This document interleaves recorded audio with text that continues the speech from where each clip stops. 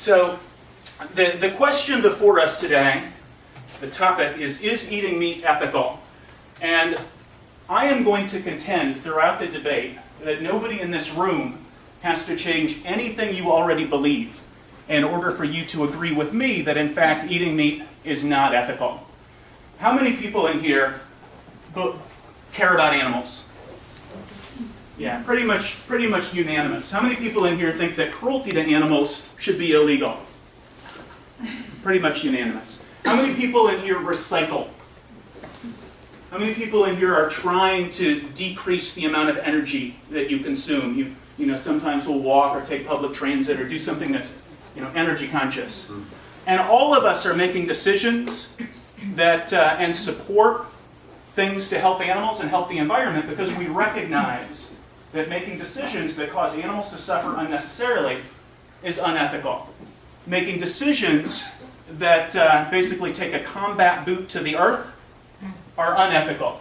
If you have a choice between doing something that is kind to animals and something that is cruel to animals, there is basic unanimity in society that the ethical thing to do is to make the choice that's kind to animals. If you have a choice between doing something that causes environmental devastation and doing something equally good for you that doesn't, the ethical thing to do is to choose the thing that doesn't. If you agree with me, and based on those of you who raised your hand, I'd say that about 100% of you do, then you also have to agree with me that eating animals is unethical. And if you agree with me, you're in good company.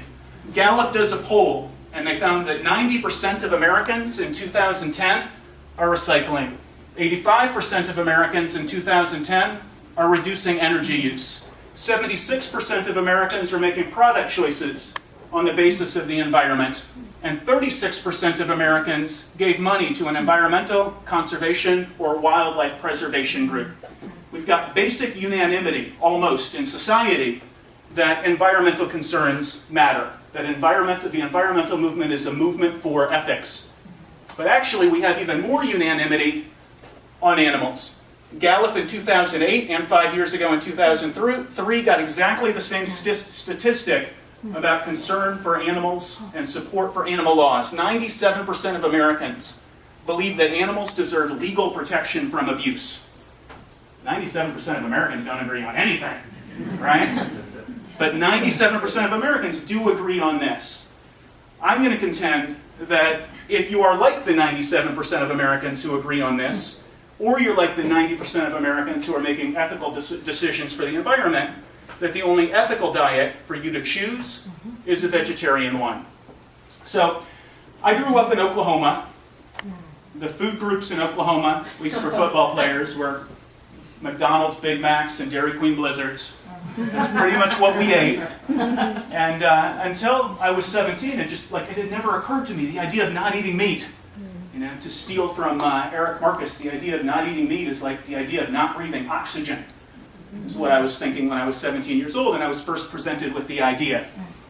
But the vegetarian movement challenges us to take Socrates seriously when he says the unexamined life is not worth living. The unexamined life is not worth living. For me, at least, for the first 18 years of my life, with regard to food especially, I was not leading an examined life. If it was put in front of me and it tasted good, I ate it. And I didn't ask how it got there. Once we start asking how it got there, we come to see that the environmental consequences and the consequences for animals absolutely make our dining decisions ethical decisions. And whatever else they do, they rule out, for people who are ethical, eating meat. So the first thing that, the reason that I adopted a vegetarian diet in the first place, I read a book called Diet for a Small Planet by Francis Moore Lepay. And Lepay's argument makes a lot of intuitive sense. So I weigh about 190 pounds. If I do nothing but lay in bed watching Jerry Springer reruns, I'm going to burn about 2,000 calories a day. So I'm going, Jerry! Then it ticks up a little bit when I get excited. That same sort of analysis is true of animals as well. Not that they lay in bed watching Jerry Springer reruns, but that the vast majority of the calories that you feed to an animal that animal expends simply existing. So that it takes something like 20 calories fed to a chicken or a pig or a cow to get 1 calorie back out in the form of meat. So who here would go to your refrigerator, open up the refrigerator door, take out 19 plates of pasta, dump them in the trash, and eat 1 plate of pasta? No, it's unethical, right? And yet every time we choose to eat meat, that's the relationship that we're entering into. You're not personally throwing that food away, but you might as well be. You're paying people to feed 20 calories to an animal for every calorie you get in the form of meat, which strikes me as, and I would think most people who have environmental sympathies, as patently unethical. The environmental journalist John Robbins crunched the numbers in a book that he wrote called The Food Revolution, and he found that it takes about 20 times the energy, 14 times the water, and 25 times the land to get a calorie from meat as to get a calorie from plant foods. For that reason alone, I would contend that eating meat is unethical. The other argument that LePay makes that really did it for me when I read her book back in 1987, which is when I adopted a vegan diet, the other thing that she argues is it's not just the vast inefficiency of cycling crops through animals, but it's also the fact that there is a competition for grain, as the World Watch Institute puts it, between affluent meat eaters and the world's poor. So this is, I think, the world's largest banner ever unveiled. These are little people down here. So that gives you an idea of the size of the banner. It says KFC Amazon Criminal. It's a Greenpeace banner. They unveiled it in the Amazon to make the point that the Amazon is being shot down to grow soy, to feed that soy to farmed animals. And what that means is it kills sustainability for people in the Amazon. And that same sort of relationship exists between people who are starving in Ethiopia, or Somalia, or Eritrea, or Central and South America.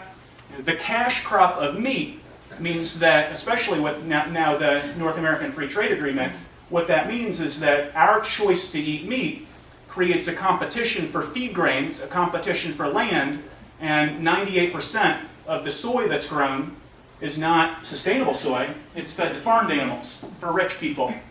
So I guess 3 years ago now, we're going through another food crisis, but 3 years ago when we were going through a food crisis, the United Nations crunched the numbers and they found that 100 million metric tons of corn and wheat are converted into biofuels.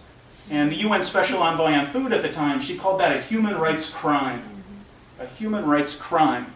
That while 1 billion people are starving, and that's roughly what we've got about 1 billion people starving, about 40 million people die every year from starvation-related causes, that while 1 billion people are starving, that we would take 100 million metric tons of wheat and corn and turn it into biofuels.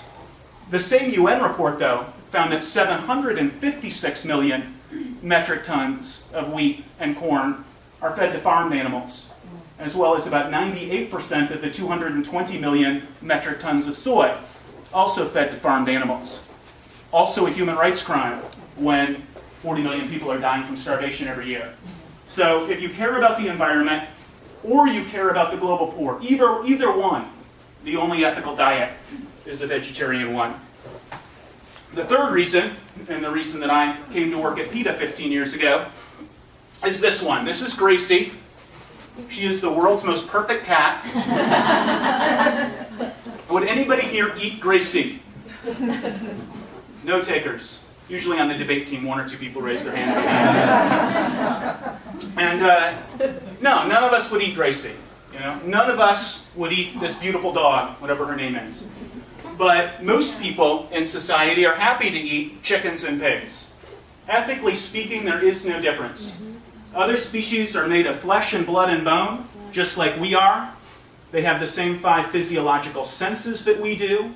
If we're eating meat, we are choosing to support misery for animals over mercy for animals. We're supporting cruelty to animals over compassion for animals. And for the same reason, everybody in this auditorium would choose not to eat a cat, Gracie, or a dog. We should also be choosing not to eat chickens or pigs. Darwin goes beyond the simple physiological differences and points out that we have similar psychological differences as well. Darwin said other animals like humans manifestly feel pleasure and pain, happiness, and misery. The foremost living Darwin scholar today, Richard Dawkins, also points out that other species are our evolutionary cousins. And all of the emotional and psychological and physiological, all of the needs that we have because of evolution, chickens, pigs, fish, all of these other animals have these every bit as much as we do. So if you choose to eat meat, you're eating someone rather than something. Behavioral research on animals is really in its infancy, but one of the things that animal behaviorists who work with chickens, pigs, fish, and cows say is that these other animals are individuals every bit as much as any dog or cat we know, and that in fact chickens and pigs perform better on cognition tests than dogs and cats. You know, the cat lovers say the cats are just, above participating in the studies.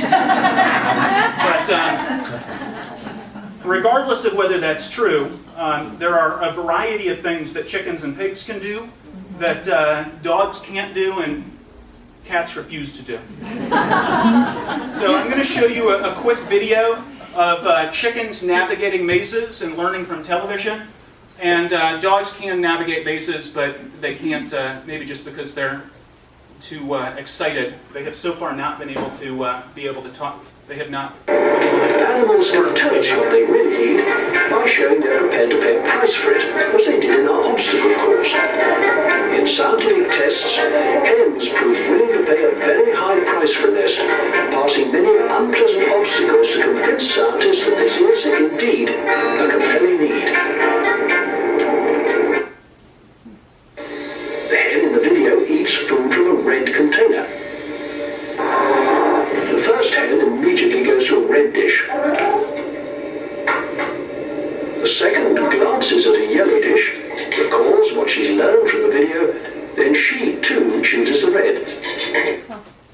There's also been really interesting, there's been interesting recent behavioral research with chickens. One of the things is the capacity to delay gratification, which had previously been found only in human beings and other higher order primates, which obviously isn't to say that pigs and whales and dolphins can't do it. It's to say that the studies haven't been done. But it's interesting that the first species that has been found to have the metacognition necessary to delay gratification, it's chickens. It's not pigs or dogs or elephants, it's chickens. And there's another recent study that just came out a couple of weeks ago about chickens having empathy, which of course makes the slaughter of chickens all the worse, which was actually pointed out in the stories, even in the mainstream media, which I thought was interesting. But they're interesting individuals, just like dogs and cats. And for the same reason most of us would not eat a dog or a cat, it makes no sense to eat a chicken. Now I'm going to show a video about the smartest of the barnyard animals, the pigs. And on the first one you see a pig on a leash, which is just cute as the dickens. And then there's also a reflection of a researcher from Penn State on pigs playing video games.